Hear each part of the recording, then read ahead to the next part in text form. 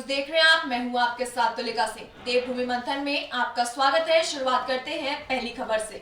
नई टिहरी जनपद के प्रभारी मंत्री और शिक्षा उच्च राज्य मंत्री डॉक्टर धन सिंह रावत द्वारा नई टिहरी स्थित कलेक्ट्रेट सभागार में विभिन्न विभागों के अधिकारियों के साथ बैठक आयोजित कर विकास कार्यों की समीक्षा की गई तथा अधिकारियों को आवश्यक दिशा निर्देश भी दिए गए। प्रभारी मंत्री श्री रावत ने निर्देश दिए कि सभी विभागों द्वारा जिला योजना 2020-21 के अंतर्गत आवंटित धनराशि हर हाल में 15 मार्च तक 100% खर्च कर लिया जाए। उन्होंने चेतावनी दी कि जिन विभागों द्वारा इस वित्तीय वर्ष में जिला योजना की धनराशि 100% खर्च नहीं की जाएगी, उन विभागों के अगले वर्ष के बजट में कटौती की जाएगी। सड़क निर्माण कार्यों की समीक्षा के दौरान उन्होंने डीएफओ को निर्देश दिए कि लोक निर्माण विभाग और पीजीएमएसआई के अधिकारियों के साथ अलग अलग बैठक आयोजित कर वन भूमि हस्तांतरण के मामलों का शीघ्रता से समाधान करें ताकि सड़क निर्माण कार्य समय पर पूर्ण हो सके। उन्होंने जिलाधिकारी को निर्देश भी दिए कि निर्माण कार्यों से संबंधित कार्यदायी संस्थानों की अलग से बैठक कराई जाए, निर्माण कार्यों की लगातार समीक्षा की जाए। वहीं उन्होंने अधिकारियों को निर्देश भी दिए कि अगले वित्तीय वर्ष में जिला योजना के अंतर्गत 2 वर्ष अवधि में पूर्ण होने वाली योजनाओं को ही शामिल किया जाए। अधिक लंबी अवधि में पूर्ण होने वाली योजनाओं को न शामिल किया जाए। ये स्वरोजगार कार्यों की समीक्षा करते हुए प्रभारी मंत्री श्री रावत ने कृषि, उद्यान, पशुपालन, उद्योग, डेयरी आदि स्वरोजगार से जुड़े विभागों के अधिकारियों को निर्देश भी दिए कि स्वरोजगार योजनाओं के क्रियान्वयन पर विशेष ध्यान दिया जाना चाहिए ताकि जनपद में अधिक से अधिक लोगों को स्वरोजगार प्राप्त हो। बैठक में अंत में प्रभारी मंत्री ने कहा कि आगामी 5 जनवरी से पूर्व पुनः उनके विकास कार्यों को समीक्षा बैठक ली जाएगी, लिहाजा सभी अधिकारी विकास कार्यों में प्रगति लाना सुनिश्चित करें। जिले में जो मुख्यमंत्री स्वरोजगार की योजनाएं चलाई जा रही हैं, चाहे कृषि विभाग हो, चाहे उद्यान विभाग हो, चाहे कोऑपरेटिव विभाग हो, चाहे पशुपालन हो, चाहे उरेडा हो, चाहे उद्योग विभाग हो और मनरेगा से लगभग 15,500 लोगों को टिहरी जिले में अभी तक रोजगार और स्वरोजगार दिया गया है। जहाँ तक जिला प्लान का बजट का खर्चा है तो अभी 7 विभाग ऐसे हैं जिन्होंने कि 50% से कम खर्चा किया है और आज मैंने उनको निर्देश दिए हैं कि 15 दिन में वो विभाग अगर खर्चा नहीं करेंगे तो हम विभागों की कुछ कटौती करेंगे और 15 दिन के अंतर्गत हम फिर जिला प्लान की एक बैठक करेंगे, उसमें सभी विधायकों को बुलाएंगे और मुझे आशा और विश्वास है कि इस बार जो 40% हमने जिला प्लान से स्वरोजगार पे खर्चा किया उसके बहुत अच्छे रिजल्ट आए हैं। उद्यान के क्षेत्र में लोगों ने बहुत अच्छा काम किया है, कृषि में बहुत अच्छा काम किया है और जो माननीय मुख्यमंत्री जी के द्वारा कृषि कल्याण योजना जो 0% पे चलाई जा रही है, लगभग 4600 लोगों ने अभी तक टिहरी जिले में 0% पे ऋण लिया है। लगभग 3,935 लोगों को जो प्रवासी लोग उत्तराखंड में आए थे और टिहरी जिले में आए थे, उन लोगों को भी जो है मनरेगा में जो है। बाजपुर के ग्राम बेरिया दौलत में कैबिनेट मंत्री यशपाल आर्या ने 2 करोड़ 31 लाख की लागत से बने भवनों का लोकार्पण किया। इस दौरान उन्होंने क्षेत्र की जनता को विकास कार्यों में कमी न आने की बात भी कही। आपको बता दें कि बाजपुर के ग्राम बेरिया दौलत में कैबिनेट मंत्री यशपाल आर्या पहुंचे, जहां कैबिनेट मंत्री यशपाल आर्या ने 1 करोड़ 38 लाख की लागत से बने राजकीय इंटर कॉलेज बेरिया दौलत का फीता काटकर शुभारंभ किया, जिसके उपरांत कैबिनेट मंत्री यशपाल आर्या ने बुक्सा जनजिति के 60 लाख की लागत से बने बुक्सा परिषद भवन, 4 दीवारी और 32 लाख की लागत से बने सामुदायिक भवन का लोकार्पण किया। कार्यक्रम के दौरान कैबिनेट मंत्री यशपाल आर्या का बुक्सा जनजाति के लोगों ने भव्य स्वागत किया। इस दौरान कैबिनेट मंत्री यशपाल आर्या ने कहा कि राजकीय इंटर कॉलेज भवन की हालत काफी लंबे समय से जर्जर पड़ी हुई है, जिसके निर्माण के लिए लगातार मांग की जा रही थी, जिसके चलते छात्र छात्राओं को बेहतर व्यवस्थाएं देने के लिए प्रदेश सरकार द्वारा नए भवन का निर्माण कराया गया। साथ ही उन्होंने कहा कि जनजाति समाज के लोगों के लिए आसपास के क्षेत्र में कोई सामुदायिक भवन स्थापित नहीं था, जिसके चलते जनजाति समाज के लोगों को काफी परेशानियों का सामना करना पड़ा था, जिसका संज्ञान लेकर बेरिया दौलत में सामुदायिक भवन का निर्माण कराया गया, जिसमें जनजाति समाज के लोग अपने शादी समारोह जैसे कार्यक्रमों को आसानी से करा सकेंगे। जो बेरिया दौलत इंटर कॉलेज का भवन ही बहुत ही ध्वस्तीकरण के कगार पर था, तो वहाँ नए भवन के निर्माण के लिए हमने 1,35,00,000 रुपया स्वीकृत कराया। आज वो भव्य भवन बनकर तैयार हो चुका है और उसका लोकार्पण हुआ है।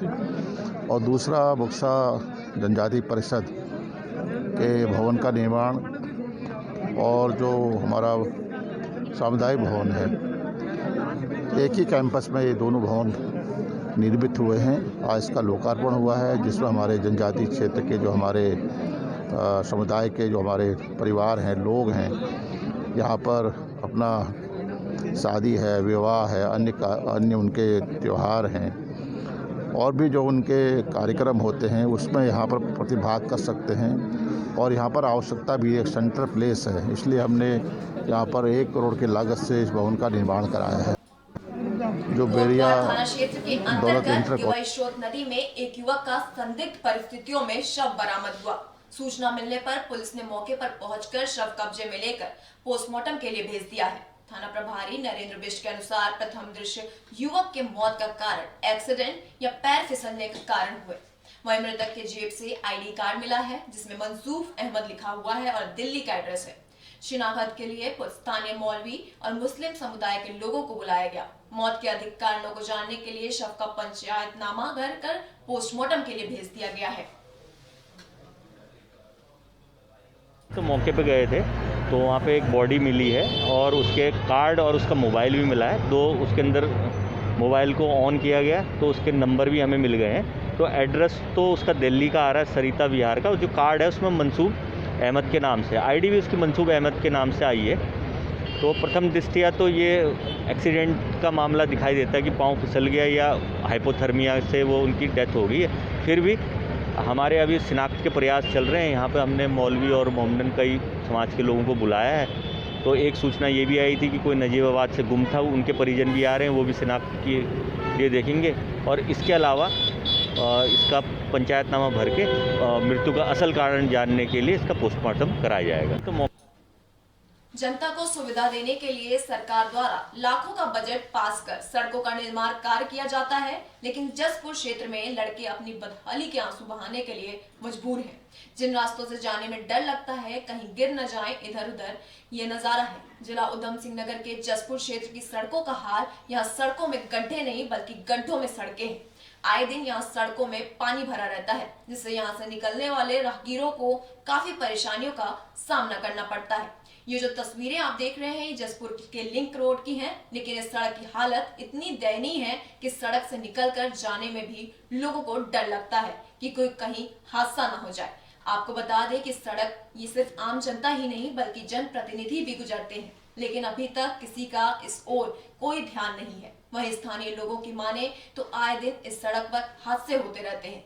सड़क पर पड़ी इन पत्थरों की वजह से वाहन भी खराब हो जाते हैं, तो कई बार बड़े वाहनों के टायरों से पत्थर कूदकर लोगों को भी लग जाते हैं। लेकिन न तो किसी सरकारी विभाग का इस ओर ध्यान है और न ही क्षेत्रीय विधायक। शायद इन सभी को किसी बड़े हादसे का इंतजार है। तो वहीं जसपुर के विधायक आदेश चौहान का कहना है सिंचाई विभाग द्वारा सड़क निर्माण के लिए एस्टीमेट तैयार कर सरकार को भेज दिया गया है, लेकिन सरकार द्वारा अभी तक उसका पैसा आवंटित नहीं हुआ। अब वह कांग्रेस के विधायक आदेश चौहान का कहना है कि उत्तराखंड के पूर्व मुख्यमंत्री हरीश रावत के साथ मिलकर इन सड़कों पर धन लगाकर विरोध प्रदर्शन भी करेंगे और बार बार मांग करने के बाद भी सरकार सड़क निर्माण कार्य के लिए पैसा देने को तैयार नहीं है। उस सड़क से सारे मंत्री गढ़ और कुमाऊं दौरे पर निकले अधिकारी भी गुजरते हैं कि ये सड़क नहीं है, ये सड़क में गड्ढे हैं और इतने गड्ढे हैं ना, जब अगर बच्चे जाते हैं पानी आता है, ड्रेस गंदी होती है और कभी कभी ऐसा हो जाता है काफ़ी सारे हादसे हो जाते हैं। नहर की तरफ गिर जाती है बाइक या कुछ भी ऐसा हो जाता है, तो ऐसा चोट लगने की ज़्यादा संभावना है। और बच्चे के साइकिल वगैरह सब ये पानी में गिर जाती है और यहाँ पर गड्ढे में पानी भरा हुआ है बहुत ज़्यादा। भूतपुरी और NH74 को जोड़ती है वो लिंक रोड है और उसमें बहुत हैवी व्हीकल निकलता है। लेकिन कई बार इसका प्रस्ताव भेजने के बाद ही मुख्यमंत्री से मुझसे वार्ता करने के बाद भी एक बार इसका एस्टीमेट बन के गया सिंचाई विभाग के द्वारा, लेकिन उसको पैसा आज तक आवंटित नहीं हुआ। एक बार हमने पूर्व मुख्यमंत्री हरीश रावत जी और मैंने उसमें धान रोपण करके सरकार का विरोध जताया, तब भी उसमें कोई अधिकारियों ने उसका एक्शन नहीं लिया। तो हम बार बार मांग कर रहे हैं, लेकिन सरकार पैसा नहीं दे पा रही, इसलिए वो सड़क नहीं बन पा रही। जबकि बहुत ही दयनीय विषय है वहाँ पे, क्योंकि हमारे सारे मंत्रीगण उसी से निकलते हैं, सारे अधिकारी वर्ग वहाँ से निकलता है। मतलब जो भी कुमाऊँ से गढ़वाल जाता है, गढ़वाल से कुमाऊँ आता है, उसी रास्ते से सब लोग गुजरते हैं, लेकिन किसी को भी वो रास्ता नजर।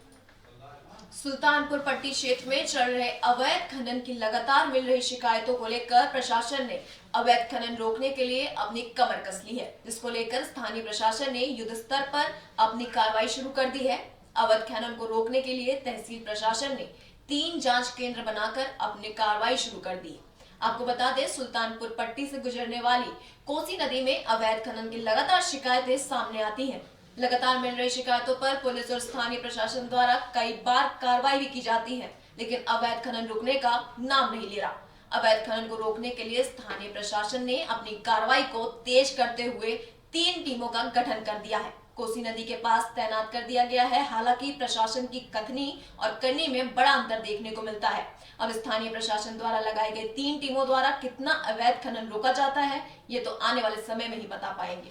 वहीं जब इस मामले में तहसील के लेखपाल और गौरव चौहान से बात की गई तो उन्होंने बताया कि जैसा ही कोई शिकायत प्राप्त होगी उस पर कार्रवाई अमल में लाई जाएगी। साथ ही खनन क्षेत्र में लगाई गई टीमों के द्वारा खनन सामग्री लेकर जाने वाले वाहनों की रॉयल्टी और निर्धारित वजन सीमा का ध्यान रखा जाएगा, जिससे अवैध खनन पर रोक लगाई जा सके। साथ ही उन्होंने कहा कि अवैध खनन मिलते ही कार्रवाई में अमल की जाएगी।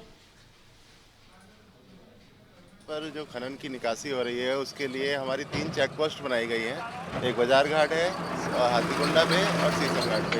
यहाँ पर हमारी राजस्व की टीम लगी हुई है। वो जो भी वाहन आएगा उसकी उनको रॉयल्टी चेक करनी है कि कोई भी वाहन बिना रॉयल्टी के ना निकले और किसी भी वाहन का वजन अधिक ना हो। जो उसकी मानक है 102 कुंटल, 75 कुंटल, 90 कुंटल, उस मानक के अनुसार रखे। इसीलिए हमने 3 चेक पोस्ट यहाँ पर बनाई हुई है कि कोई अवैध खनन यहाँ पर। टिहरी के तहसील कंडी सौर तहसील के अंतर्गत प्रदेश के उच्च शिक्षा मंत्री धन सिंह रावत के ड्रीम प्रोजेक्ट शिक्षा के बढ़ोतरी के लिए किए जा रहे प्रयासों में से एक है।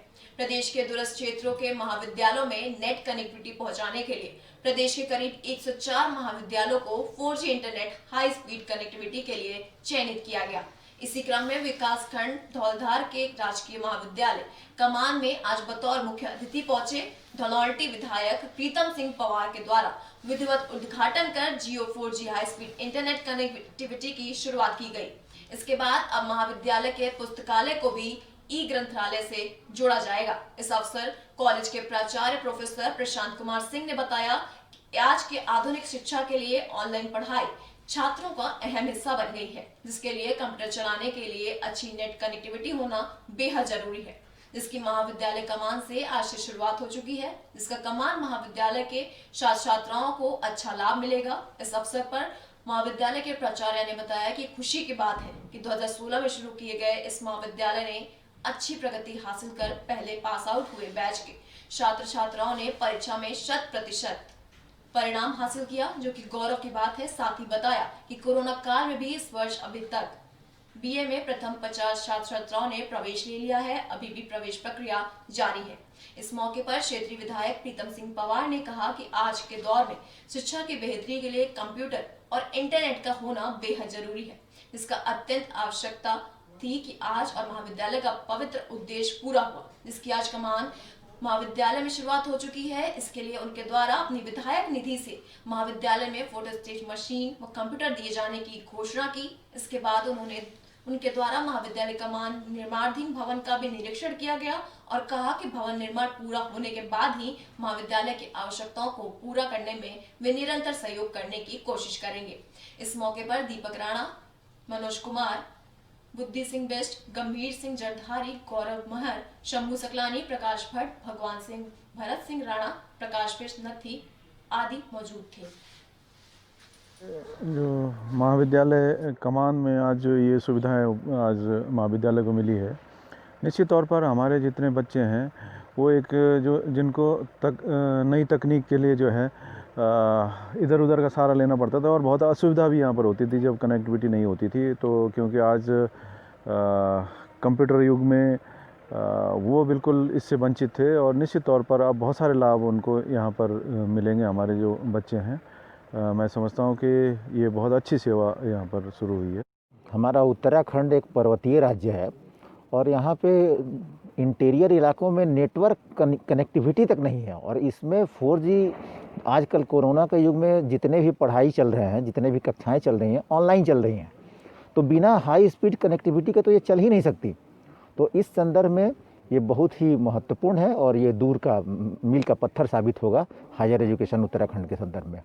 हमारा उत्तराखंड एक जो महाविद्यालय कमान में आज जो ये सुविधाएं आज महाविद्यालय को मिली है, निश्चित तौर पर हमारे जितने बच्चे हैं वो एक जो जिनको नई तकनीक के लिए जो है इधर उधर का सहारा लेना पड़ता था और बहुत असुविधा भी यहाँ पर होती थी जब कनेक्टिविटी नहीं होती थी। तो क्योंकि आज कंप्यूटर युग में वो बिल्कुल इससे वंचित थे और निश्चित तौर पर अब बहुत सारे लाभ उनको यहाँ पर मिलेंगे, हमारे जो बच्चे हैं।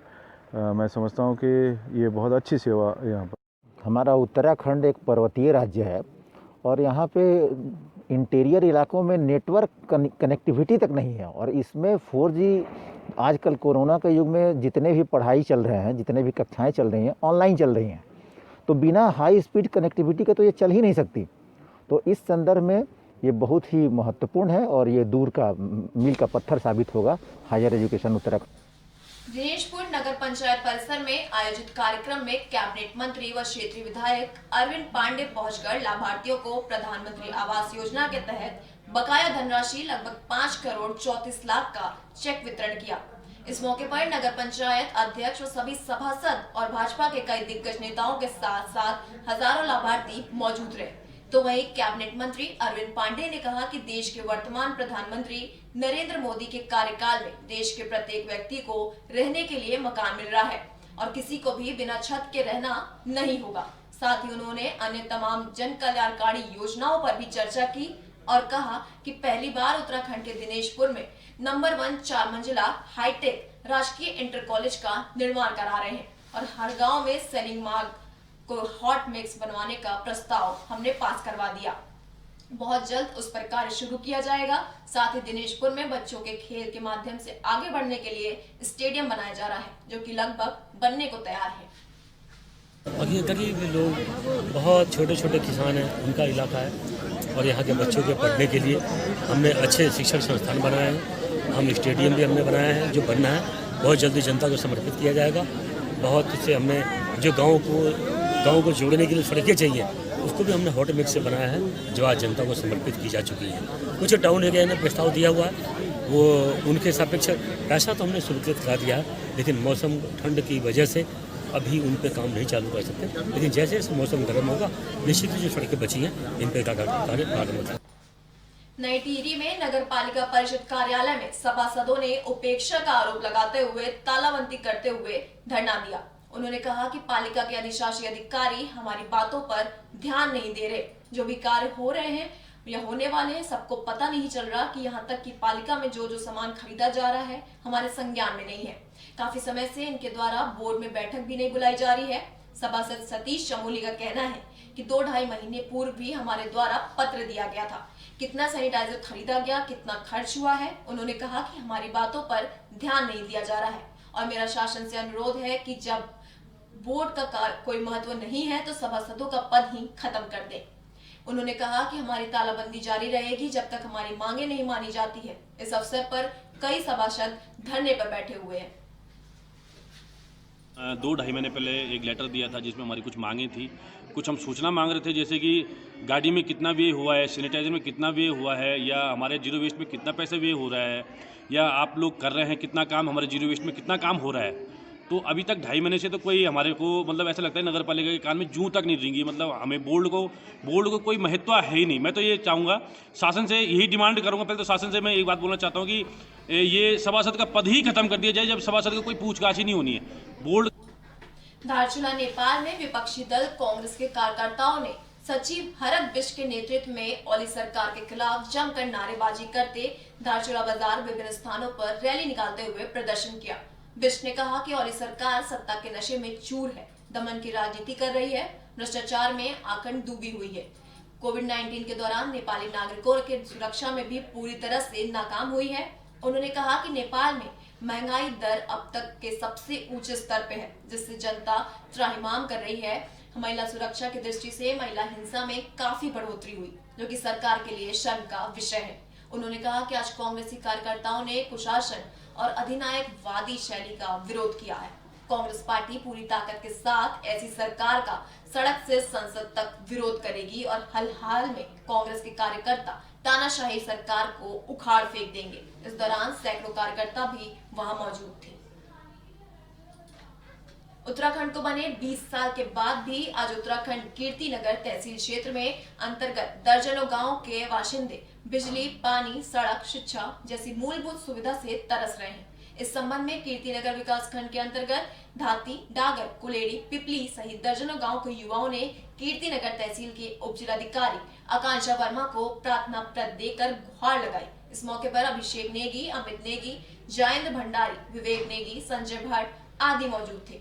आज भी कीर्तिनगर विकास खंड के दर्जनों गांव मूलभूत सुविधाओं से जूझ रहे हैं। डागरपट्टी संघर्ष समिति के लिए संयोजक गौरव राणा ने कहा कि उन्होंने क्षेत्र के कुंभकर्ण की नींद सो रहे जनप्रतिनिधियों तक अपनी आवाज पहुंचाई, लेकिन क्षेत्रीय जनप्रतिनिधि भी अनदेखी कर रहे हैं। इस कारण हमें स्वयं अपने क्षेत्रीय समस्याओं को लेकर उप जिलाधिकारी कीर्तिनगर को अवगत कराना पड़ रहा है। क्षेत्र आज भी मूलभूत सुविधाओं से जूझ रहा है। बरसातें कई महीनों से नहीं है, जो जल स्रोत हैं वो सारे सूख गए हैं। तो मेन कारण तो है पानी। अच्छा। अब सड़क का भी जहाँ तक सरकार ने किया, थोड़ा आधा पाधा तो हो ही गई। जिसको जहाँ तक अपने गंतव्य स्थान तक पहुँचना था वो पहुँच जाए तो सबसे अच्छी बात है। अच्छा, कहाँ तक पहुँचनी चाहिए सड़क? कहाँ तक? सड़क को घनसाली ज्वाइंट होना चाहिए। अच्छा। तब जाके लोगों की सुविधा मिल सके लोगों को। अच्छा। और पानी का सबसे पहले है कि पानी, मेन चीज़ तो पानी है। पानी के जो पुराने स्रोत हैं वो सारे ख़त्म हो गए, इसलिए सरकार को ये चाहिए कि पानी की व्यवस्था बहुत बढ़िया बन जाए, तो उससे ज़्यादा कुछ नहीं है। जमा किया गया है, उसमें उनकी विभिन्न विभागों से रिलेटेड समस्याएं हैं। वो पेयजल की भी समस्या है उनकी। वो चाह रहे हैं कि एक सामूहिक स्वास्थ्य केंद्र भी बनाया जाए, और ये बहुत ही जेन्युइन समस्या है उनकी, चाहे वो नेटवर्क कनेक्शन को लेकर हो, चाहे वो किसी रोड कनेक्टिविटी को लेकर हो। तो सभी विभागों को द्वारा पत्राचार किया जाए। देवभूमि मंथन में अभी के लिए इतना ही। देश और दुनिया की तमाम खबरों के लिए देखते रहिए AB स्टार न्यूज। नमस्कार।